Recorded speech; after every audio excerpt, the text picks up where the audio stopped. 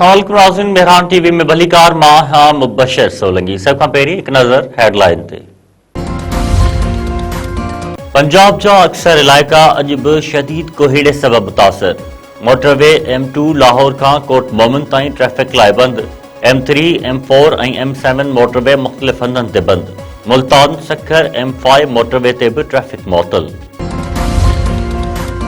यमन सूरतहाल ते पाकिस्तान ऐं सऊदी अरब विच में ॿीहर राब्तो। इसाक डार ऐं सऊदी अरब जे परॾेही वज़ीर विच में टेलीफोन ते ॻाल्हि ॿोल। इसाक डार पारां छिकताण वधाइण वारनि क़दमनि खां पासो करण ते ज़ोर।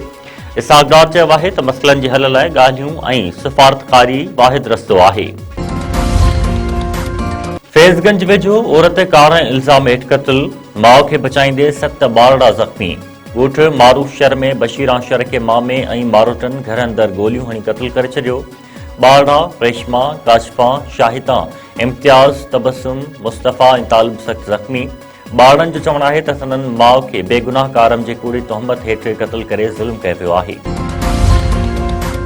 नूरियाबाद वेझो ख़ौफ़नाक हादसो, 2 मुसाफ़िर फ़ौत, 10 ज़ख़्मी।